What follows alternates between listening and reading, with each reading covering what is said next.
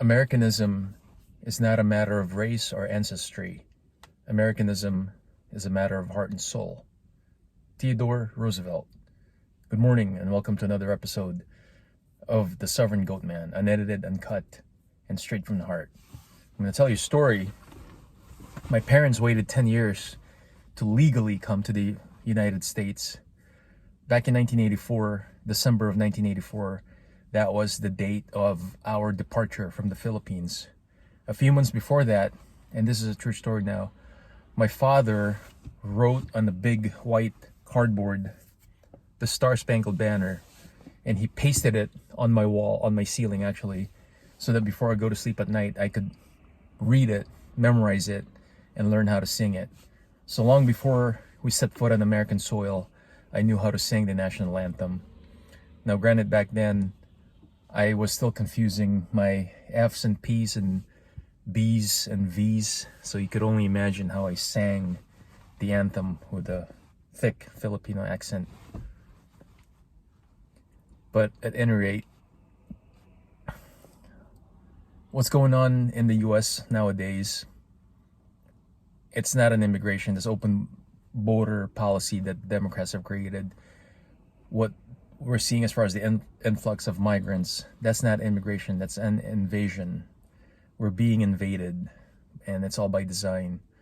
Now you got to ask yourself, why would the Democrats open up the border and allow all these people to come in here without going through the proper process that millions of other immigrants like myself did before we came to the US? And the answer, in my opinion, is simple, is to keep the Democrats in power. Not that Republicans are angels. Republicans are cowards. They're spineless rhinos. They're light communists.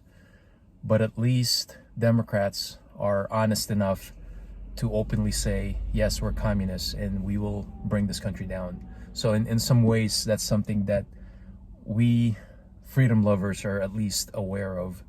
Whereas the Republicans, they're want to be patriots, but in reality, they just don't have the spine or the balls to preserve what's left of our republic.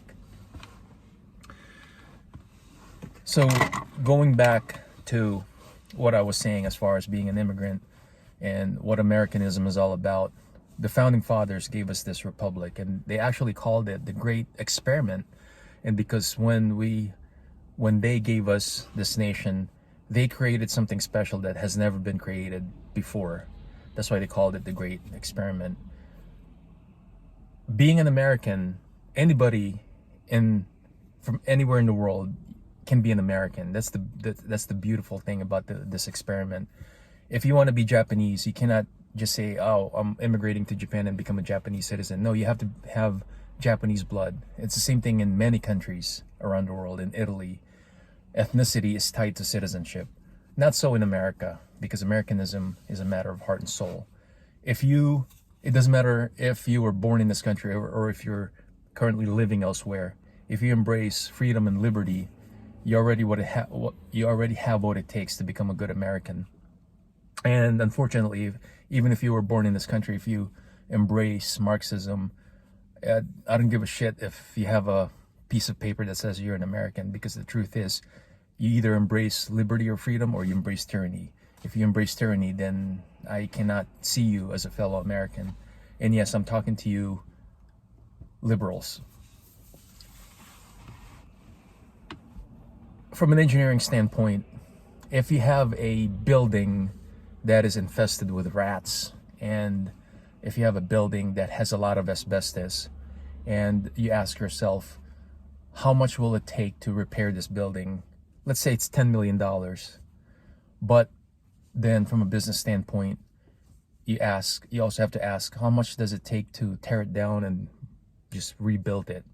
Well, maybe it's $1 million to tear it down and then another $5 million to rebuild it. From a business standpoint and engineering standpoint, it makes sense to just let that piece of shit collapse. And that's what America is right now. We are no longer a republic. We're now a democracy.